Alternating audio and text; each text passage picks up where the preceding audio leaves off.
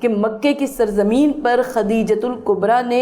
اللہ کے نبی صلی اللہ علیہ وآلہ وسلم کو رحمت للعالمین کو اگر اپنا شریک حیات منتخب کیا ہے، اپنا ہمسفر بنایا ہے، تو وہ صرف ان کے ظاہری اوصاف حمیدہ سے متاثر ہو کر نہیں بنایا ہے، بلکہ پوری معرفت کے ساتھ وہ جانتی تھی کہ یہ اللہ کے آخری رسول ہوں گے، یہ وہی شخصیت ہوں گے کہ جن کے انتظار میں نبوت رکی ہوئی ہے، یہ وہی شخصیت ہیں جن کے لیے پروردگار عالم قرآن مجید جیسا آسمانی صحیفہ نازل فرمائے گا۔ اور اس کے لیے دلیل کے طور پر میں اس سفر شام کا حوالہ دوں گی۔ حضور نبی کریم صلی اللہ علیہ وآلہ وسلم کی زندگی میں 2 سفر شام نظر آتے ہیں۔ ایک وہ سفر شام جو کہ آپ نے بچپن میں اپنے چچا حضرت ابو طالب کے ہمراہ کیا تھا، اور دوسرا وہ سفر شام کے جو آپ نے ام المومنین خدیجہ الکبریٰ کے تجارتی قافلے کو لے کر گئے تھے۔ خدیجہ الکبریٰ خود بھی پاک باز تھیں، خود بھی دیانتدار تھیں، اور آپ کی نگاہ انتخاب بھی انہی اوصاف حمیدہ پر پڑتی تھی کہ جو لوگ دیانتدار ہوں، جو لوگ پاک باز ہوں۔ کیسے یہ ممکن ہے کہ مکے کی سرزمین پر ایک ایسا نوجوان کہ جسے صادق اور امین کہہ کر پکارا جائے، خدیجہ الکبریٰ کے کانوں تک یہ بات نہ پہنچی ہو۔ خدیجہ الکبریٰ نے حضرت ابو طالب تک یہ پیغام پہنچایا کہ اگر محمد مصطفیٰ صلی اللہ علیہ وآلہ وسلم میرا تجارتی قافلہ لے کر جائیں۔ بہرحال تجارتی قافلہ لے کر تاریخ یہ کہتی ہے کہ 2 گنے معاوضے پر اللہ کے نبی صلی اللہ علیہ وآلہ وسلم روانہ ہوئے، لیکن جب وہ روانہ ہونے لگے تو ام المومنین خدیجہ الکبریٰ نے اپنے غلام میسرہ کو ہمراہ کر دیا، کہا کہ میسرہ دیکھتے جانا، راستے میں جو واقعات پیش آئیں، جو معاملات پیش آئیں، ان کو غور سے دیکھتے جانا اور سب آ کر مجھے بتانا۔ بہرحال یہ تجارتی قافلہ روانہ ہوا۔ خدیجہ الکبریٰ کے قافلے ایسے ہی ہوا کرتے تھے جس کی تجارت عرب سے لے کر شام، حجاز اور یمن تک پھیلی ہوئی ہو، تو جب اس کے تجارتی قافلے روانہ ہوا کرتے تھے تو بھی اہل مکہ رشک سے ان تجارتی قافلوں کو دیکھا کرتے تھے، اور جب وہ تجارتی قافلے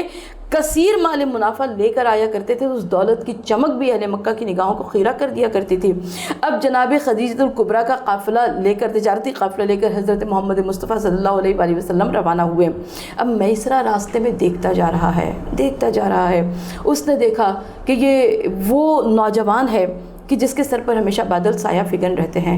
یہ وہ نوجوان ہے جس درخت کے نیچے بیٹھ جاتا ہے سستانے کے لیے، آرام کرنے کے لیے، تو اس درخت کی پھیلی ہوئی شاخیں سمٹ جاتی ہیں تاکہ اس نوجوان کے اوپر سایہ کر لیں۔ اس نوجوان کا سایہ ہی نہیں تھا، اس نوجوان کے پسینے سے مشک و عنبر کی خوشبو آتی تھی، اور اندھیری رات میں اس نوجوان کا چہرہ 14ویں کے چاند کی مانند دمکتا تھا۔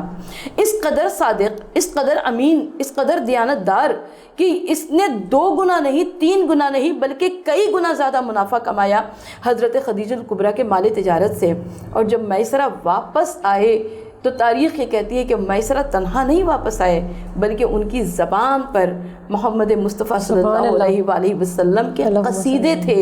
ان کے اوصاف تھے جو آپ نے اپنی آقا زادی، اپنی مالکہ حضرت خدیجہ بنت خویلد کو بیان فرمائے کہ ایسا ہے محمد عبداللہ کا لال، ایسا ہے عبد المطلب کا پوتا، ایسا ہے حضرت ابو طالب کا بھتیجا، جو کہ اس قدر فضل و کرم والا، ایسے اوصاف والا۔ اب میسرہ کی زبانی خدیجہ نے تمام اوصاف حمیدہ کو سنا، اور پروردگار عالم نے آپ کے دل میں اتنی محبت، اتنی عقیدت ڈالی کہ خود آپ نے اپنی سہیلی نفیسہ کے ذریعے عقد کا پیغام پہنچایا۔ لیکن اس سے پہلے اپنے چچا زاد بھائی ورقہ بن نوفل سے بھی مشورہ کیا۔ ورقہ بن نوفل جو کہ راہبانیت کی جانب، تصوف کی جانب، زہد کی جانب متوجہ مائل ہو گئے تھے، اور ایک طریقے سے سمجھے کہ وہ کسی دین کے اوپر بھی شاید عمل پیرا نہیں تھے، لیکن یہ اس خاندان کی بڑی بزرگ شخصیت تھے۔ حضرت ورقہ بن نوفل سے جب حضرت خدیجہ نے مشورہ کیا تو حضرت ورقہ بن نوفل نے فرمایا، کہا کہ بھتیجی اس کام میں دیر نہ کرنا، اس لیے کہ بہت جلدی خوشبختی تمہارے دروازے پر دستک دے گی۔ بہرحال حضرت خدیجہ بنت خویلد نے عقد کا پیغام بھجوایا۔ حضرت محمد مصطفیٰ صلی اللہ علیہ وآلہ وسلم تک یہ عقد کا پیغام پہنچا۔ حضرت ابو طالب کسی سفر پر تشریف لے گئے ہیں۔ حضرت محمد مصطفیٰ صلی اللہ علیہ وآلہ وسلم نے فرمایا کہ جب آئیں گے چچا تو میں ان سے پوچھ کر بتاؤں گا، مجھے کہنے کی اجازت دیجیے کہ وحی رسالت آنے کے بعد محمد مصطفیٰ صلی اللہ علیہ وآلہ وسلم وحی پروردگار عالم کے مطیع ہیں، لیکن وحی آنے سے پہلے اپنے چچا حضرت ابو طالب کے اجازت کے بغیر کوئی کام نہیں کرتے، اور جب چچا حضرت ابو طالب واپس آئے تو دونوں چچا اور بھتیجے کی مرضی ایک ہو گئی اور خدیجہ کے گھر عقد کے پیغام کی منظوری بھجوا دی گئی۔ کون بھولے بھلا پیغام ختیجہ تیرا، کون بھولے بھلا پیغام ختیجہ تیرا، دل کی دنیا پر رقم نام ختیجہ تیرا، تیری دولت نے دیا دین محمد کو فروغ، تیری دولت نے دیا دین محمد کو فروغ، اب بھی مقروض ہے اسلام ختیجہ تیرا۔ ایک بریک لیتے ہیں، انشاءاللہ بریک کے بعد دوبارہ آئیں گے۔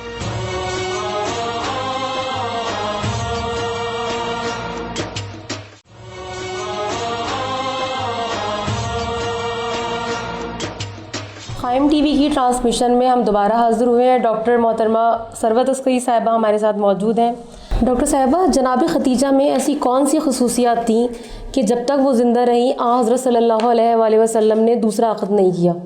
بے شک، ابھی میں بریک پہ جانے سے پہلے ہم جو گفتگو کر رہے تھے تو میں چاہتی ہوں کہ اسی بات کو آگے بڑھاؤں اور اس کے بعد ہم اس سوال کے جواب پر آئیں کہ جو حضور نبی کریم صلی اللہ علیہ وآلہ وسلم کے حرم میں جو خواتین جو امہات المومنین تھیں اس میں جناب خدیجہ سلام اللہ علیہا کا امتیازی صفت کیا تھی۔ اچھا، سب سے پہلے جب حضرت ابو طالب علیہ السلام تشریف لائے تو اللہ کے رسول صلی اللہ علیہ وآلہ وسلم نے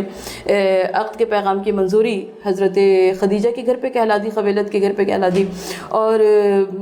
جب تاریخ مقررہ آئی، وقت مقررہ آیا تو حضرت ابو طالب جو کہ سردار مکہ تھے، متولی کعبہ تھے، محافظ رسول تھے، پاسبان رسول تھے، وہ اپنے بھتیجے کی بارات لے کر حضرت خدیجہ کے گھر پہنچے۔ ہمارے گھر میں کوئی شادیاں ہوتی ہیں تو ہم چاہتے ہیں کہ بڑی دھوم دھام سے ہو وہ شادیاں۔ سوچئے تو صحیح کہ تاریخ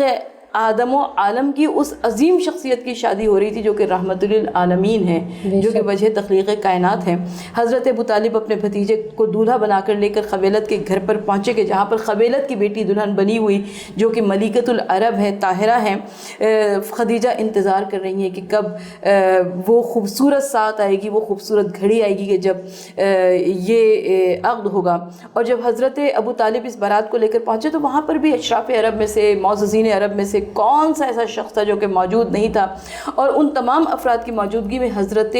ابو طالب نے سوال یہ کیا کہ کون ہے جو محمد کے نکاح کا خطبہ پڑھے گا؟ کون تھا جو کہ پڑھتا سوائے حضرت ابو طالب کے علاوہ؟ حضرت ابو طالب علیہ السلام نے نکاح کا خطبہ پڑھا، اور جب نکاح کا خطبہ آج تک تاریخ کی کتابوں میں وہ خطبہ موجود ہے کہ جس میں حضرت ابو طالب نے اللہ کی وحدانیت کا ذکر کیا، اللہ کے انبیاء کا ذکر کیا، اور اس کے بعد فخر اور مباحات کیا کہ اس نے ہمیں ذریت ابراہیم اور ذریت اسماعیل میں سے قرار دیا۔ یہ ایک عظیم خطبہ جو کہ دلیل کے طور پر پیش کیا جاتا ہے حضرت ابو طالب کے ایمان پر، وہ خطبہ ارشاد فرمایا، اور اس کے بعد محمد مصطفیٰ کی دلہن بن کر حضرت خدیجہ خانہ حضرت ابو طالب میں تشریف لے آئیں۔ مگر اب مکے پہ کی سرزمین پر وہ نیا گھر تشکیل پایا کہ جو گھر نبوت کا گھر ہے، جو گھر ہدایت کا گھر ہے، جو گھر رسالت کا گھر ہے، جو گھر امامت کا گھر ہے، جو گھر شریعت کا گھر ہے، جس گھر میں قیامت تک کے واسطے خداوند عالم کی برکتیں اور رحمتیں نازل ہوتی رہیں گی، یعنی حضرت محمد مصطفیٰ صلی اللہ علیہ وآلہ وسلم اور ام المومنین بی بی خدیجۃ الکبریٰ کا گھر۔ اور یہ گھر وہ گھر ہے کہ جس گھر کے دو مکین اس قدر اعلیٰ و عرفہ ترین عظمتوں کے حامل ہیں۔ حضرت محمد مصطفیٰ صلی اللہ علیہ وآلہ وسلم پر جب پہلی وحی آئی، حضرت خدیجہ کی آپ منزلت دیکھیے کہ اللہ کے رسول صلی اللہ علیہ وآلہ وسلم اقرا کی پہلی وحی آئی تو غار حرا کی بلندیوں سے آئے ہیں، اپنے گھر پہنچے ہیں، اور اللہ کے رسول صلی اللہ علیہ وآلہ وسلم نے فرمایا کہ مجھے چادر اڑا دو، مجھے چادر اڑا دو۔ قرآن مجید میں سورہ مزمل موجود ہے، یا ایھا المزمل کہہ کر رسول کو مخاطب کیا گیا، اور حضرت خدیجہ نے دیکھیں ایک نیک بیوی، ایک بہترین بیوی، ایک با کردار عورت کا طریقہ ہمیں تاریخ میں کیسے دکھایا جا رہا ہے کہ حضرت خدیجۃ الکبریٰ نے ادھر ادھر کے سوالات نہیں کیے بلکہ اپنے محترم شوہر کا دل رکھا، ان کی ہمت افزائی کی، اور ان کی حوصلہ افزائی کرنے کے ساتھ ساتھ کہا کہ مجھے یقین ہے کہ رب العالمین آپ کو ضائع نہیں فرمائے گا، اس لیے کہ آپ یتیموں کے سر پر ہاتھ رکھتے ہیں، آپ کمزوروں کے مسکینوں کے مددگار ہیں، اور آپ کا چہرہ وہ ہے کہ جس روئے مبارک کو دیکھ کر بارشوں کے لیے دعائیں کی جاتی ہیں۔ اور اس کے بعد حضرت خدیجۃ الکبریٰ نے سب سے پہلے تصدیق فرمائی ہے اللہ کے رسول صلی اللہ علیہ وآلہ وسلم کی نبوت اور رسالت کی۔ حضرت محمد مصطفیٰ صلی اللہ علیہ وآلہ وسلم سے جب بعد میں آنے والی امہات المومنین میں سے کسی نے سوال کیا، کہا کہ یا رسول اللہ صلی اللہ علیہ وآلہ وسلم آپ کب تک یاد کریں گے؟ کیونکہ وہ لوگ اپنی آنکھوں سے دیکھا کرتے تھے کہ اللہ کے رسول صلی اللہ علیہ وآلہ وسلم حضرت خدیجہ کا ذکر کیا کرتے تھے، اللہ کے رسول صلی اللہ علیہ وآلہ وسلم خدیجہ کی سہیلیوں کے یہاں تحفے تحائف بھجوایا کرتے تھے، خدیجہ کے رشتہ داروں کے یہاں قربانی کا گوشت بھجوایا کرتے تھے۔ کہا کب تک یاد کیا کریں گے؟ اللہ نے آپ کو کتنی بہترین اور بھی ازدواج عطا فرمائی ہے۔ اللہ کے رسول صلی اللہ علیہ وآلہ وسلم رحمت للعالمین نے ایک ایسا خوبصورت جملہ ارشاد فرمایا جو کہ تاریخ کے صفحات کی نظر ہو گیا۔ کہا کہ دیکھو خدیجہ کی برابری کوئی نہیں کر سکتا۔ خدیجہ کی برابری کوئی کیسے کر سکتا ہے؟ اس لیے کہ خدیجہ نے اس وقت میری تصدیق کی جس وقت کہ کوئی میری تصدیق کرنے والا نہیں تھا۔ خدیجہ نے اس وقت اپنے مال سے میری مدد کی جس وقت کہ کوئی میرا ناصر و مددگار نہیں تھا۔ خدیجہ رسم و رواج کے بندھنوں کو توڑ کر میرے ساتھ رشتہ ازدواج میں شریک ہوئی، اور خدیجہ کے ذریعے اللہ نے مجھے اس وقت صاحب اولاد کیا جبکہ مکے کی سرزمین پر لوگ مجھے ابتر کے تانے دے رہے تھے۔ اب یہ 4 خصوصیات نہیں ہیں، ان 4 خصوصیات کے ذریعے ہم ام المومنین کی پوری زندگی کو بیان کر سکتے ہیں جو اللہ کے رسول صلی اللہ علیہ وآلہ وسلم نے فرمایا۔ سب سے پہلے نبوت کی صداقت کی تصدیق کرنے والی ام المومنین خدیجہ الکبریٰ، سب سے پہلے اپنے مال سے مدد کرنے والی کوئی ناصر و مددگار نہیں تھا۔ تاریخ یہ کہتی ہے کہ پہلی شب عروسی جسے ہم مولا کائنات اللہ کے رسول صلی اللہ علیہ وآلہ وسلم اور ام المومنین خدیجہ الکبریٰ کی کہتے ہیں، اس میں جتنی بھی دولت تھی اس دولت کو کم نہ جانیے گا، اس لیے کہ ملکۃ العرب کی دولت تھی۔ کئی پشتوں سے کئی نسلوں سے قبیلت کے خاندان میں جو دولت آئی تھی وہ خدیجہ تک پہنچی تھی۔ اس تمام کی تمام دولت کو اللہ کے رسول صلی اللہ علیہ وآلہ وسلم کو ام المومنین نے ہبہ کر دیا، ایک مسکراہٹ مصطفیٰ کے لیے، تاکہ جبین مصطفیٰ پر کوئی شکن نہ آنے پائے۔ رسول اللہ صلی اللہ علیہ وآلہ وسلم نے اس دولت کو نہیں مانگا۔ اگر خدا نہ خواستہ رسول نے مانگا ہوتا اس دولت کو تو آج تو مورخ فوراً کھٹا کھٹ یہ الزام لگا دیتا کہ رسول کو اسلام کی اشاعت کے لیے بڑی کثیر دولت کی ضرورت تھی، اس لیے نہ سن و سال کی پرواہ کی نہ عمر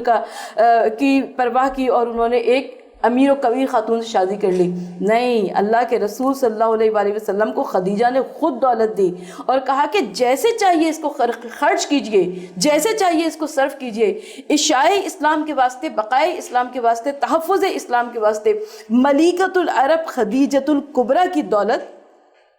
بے دریغ خرچ کی گئی۔ یعنی غلام خریدے جاتے تھے، ان غلاموں کو خرید کر انہیں آزاد کیا۔ کہاں سے آئی یہ دولت؟ یہ حضرت خدیجہ الکبریٰ کی دولت تھی۔ اچھا ایک اور بات جو کہ میں آج کے اس پروگرام میں خصوصی طور پر کہنا چاہتی ہوں کہ اگر بیٹھ کر خرچ کیا جائے تو نمرود کا خزانہ بھی خالی ہو جاتا ہے، فرعون کا خزانہ بھی خالی ہو جاتا ہے۔ یہ تو خدیجہ کی دولت تھی۔ خدیجہ کی دولت کو اسلام کی اشاعت کے واسطے، بقائے اسلام، تحفظ اسلام کے واسطے خرچ کیا۔ شعبہ ابو طالب میں 3 برس تک اس خاندان کو، قبیلہ قریش کو محصور رکھا گیا۔ خدیجہ کی دولت کام آتی رہی، خدیجہ کے رشتہ دار کام آتے رہے۔ خدیجہ کے خالصات بھائی تجارات کے اندھیرے میں اپنے کاندھوں پر اناج کی بوریاں لاد کر شعبہ ابو طالب میں پہنچایا کرتے تھے۔ دولت بھی ختم ہو گئی، ام المومنین خدیجہ الکبریٰ کی صحت بھی ختم ہو گئی۔ وہ خدیجہ کہ جن کے تجارتی قافلے شام، حجاز اور یمن تک جاتے تھے، تاریخ کہتی ہے کہ اتنی کمزور نہیں فٹ لاغر ہو گئی تھی ام المومنین کہ تاریخ کہتی ہے کہ 3 سال شعبہ ابو طالب کے محصور ہونے کے بعد خدیجہ الکبریٰ نے جب آخری وقت آیا تو اللہ کے رسول صلی اللہ علیہ وآلہ وسلم کو بلایا، کہا کہ یا رسول اللہ صلی اللہ علیہ وآلہ وسلم، ملکۃ العرب خدیجہ، کہا کہ صرف ایک چادر ہے میرے پاس، میں سر کو چھپاتی ہوں تو پیر کھل جاتے ہیں، پیروں کو ڈھانپتی ہوں تو سر کھل جاتے ہیں۔ یا رسول اللہ صلی اللہ علیہ وآلہ وسلم، بس اب خدیجہ کا وقت رخصت آ گیا، اب خدیجہ دنیا سے رخصت ہو جائے گی، لیکن خدیجہ کی محبتیں، خدیجہ کی وفاداریاں، خدیجہ کی اطاعت کا صلہ یہ دے دیجئے کہ اپنی چادر کو خدیجہ کے کفن کے طور پر دے دیجئے گا۔ اس چادر کو معمولی نہ جانیے گا، یہ چادر چادر رسالت ہے، یہ دوش مصطفیٰ صلی اللہ علیہ وآلہ وسلم پر پڑی رہتی تھی اور مکے کی سرزمین پر اللہ کے نبی صلی اللہ علیہ وآلہ وسلم رسالت کا پیغام سنایا کرتے تھے۔ اسی چادر کی قسم قرآن مجید میں پروردگار عالم نے کھائی ہے۔ یہ وہی چادر ہے کہ جو کہ آج خدیجہ نے مانگی کفن کے طور پر، اور اللہ کے رسول صلی اللہ علیہ وآلہ وسلم نے اس کو خدیجہ کے کفن کے طور پر دے دیا۔ ایک وصیت اور کی جناب خدیجہ نے، کہا کہ یا رسول اللہ صلی اللہ علیہ وآلہ وسلم، میری فاطمہ بہت چھوٹی ہے، میری فاطمہ بھی بہت کم سن ہے، آپ یہ خیال کیجئے گا کہ قریش کی کوئی عورت میری فاطمہ کو کبھی گھڑکنے نہ پائے، فاطمہ کو کبھی ڈانٹنے نہ پائے، اس کے اوپر ظلم نہ کرنے پائے، اور اس کے بعد خدیجہ الکبریٰ دنیا سے رخصت ہو گئیں۔ لیکن خدیجہ الکبریٰ ابھی خدیجہ کا غسل و کفن مکمل نہیں ہوا تھا کہ تاریخ یہ کہتی ہے کہ آسمان سے جبرائیل امین تشریف لائے، ایک بہشتی کفن لے کر آئے اور کہا کہ پروردگار عالم بات تحفہ درود السلام کے کہتا ہے کہ خدیجہ کی قربانیاں، خدیجہ کا ایثار، اس کا بدلہ یہ ہے کہ خدیجہ کو جنت کا کفن دیا جائے۔ اللہ کے رسول صلی اللہ علیہ وآلہ وسلم نے خدیجہ نے 2 کفن لیے، ایک رسول کی چادر لی اور ایک وہ بہشتی کفن لیا، اور جنت المعلیٰ نامی قبرستان میں پیوند زمین ہو گئیں۔ آج بھی جب مسلمان پوری دنیا سے جاتے ہیں حج خانہ کعبہ کے لیے یا عمرہ کرنے کے واسطے، اور وہ اطراف کی زیارات پہ جاتے ہیں اور جنت المعلیٰ نامی قبرستان میں جاتے ہیں، تو دور سے دکھایا جاتا ہے کہ وہ ہے خدیجہ کی قبر، وہ ہے حضرت ابو طالب، یہ وہ محسنین اسلام ہیں کہ اگر یہ شخصیات نہ ہوتی تو آج یہ شجر اسلام ہمارے پاس نہ ہوتا۔ اللہ کے رسول صلی اللہ علیہ وآلہ وسلم نے اسی لیے اس سال کو عام الحزن قرار دیا، غم کا سال قرار دیا۔ ہماری تمام تر عقیدتیں حضرت ام المومنین خدیجہ الکبریٰ کے واسطے ہیں۔ اے بی بی خدیجہ، ہم یقیناً آپ کے احسانات کا حق ادا نہیں کر سکتے ہیں۔ میں چاہتی ہوں کہ آج کے اس پروگرام میں اپنے ہی چند اشعار جو کہ میں نے ام المومنین بی بی خدیجہ الکبریٰ کی نظر کیے ہیں اسے آپ کی سماعتوں کے واسطے پیش کروں، تاکہ یہ میرے واسطے بھی توشہ آخرت ہو جائے اور قائم ٹی وی کے ناظرین کے واسطے بھی تحفہ ہو جائے کہ اسلام پہ احسان ہے احسان خدیجہ، اسلام پہ احسان ہے احسان خدیجہ، اور اسلام کے ماتھے کا ہے عنوان خدیجہ، اور خاتون جنا بھی تیری گودی میں پلی ہے، بیٹی تیری تطہیر کی پہچان خدیجہ، تو ہے امین وحی رسالت مآب بھی، اقرا تیرے حبیب کی پہچان خدیجہ، تو ملکہ عرب ہے لقب تیرا طاہرہ، شوہر تیرا رحمان کی ہے شان خدیجہ۔ اور مقطع عرض ہے کہ سروت کو اپنے در کی عطا دیجئے ضرور، سروت کو اپنے در کی عطا دیجئے ضرور، دونوں جہاں میں ہو میری پہچان خدیجہ۔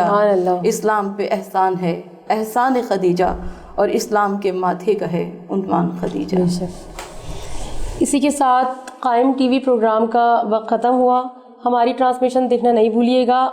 ایک دفعہ پھر ہم دوبارہ محترمہ ڈاکٹر ثروت عسکری صاحبہ کا شکریہ ادا کرتے ہیں۔ انشاءاللہ کل دوبارہ ایک نئے پروگرام، نئی معلومات کے ساتھ آئیں گے۔ اللہ نگہبان۔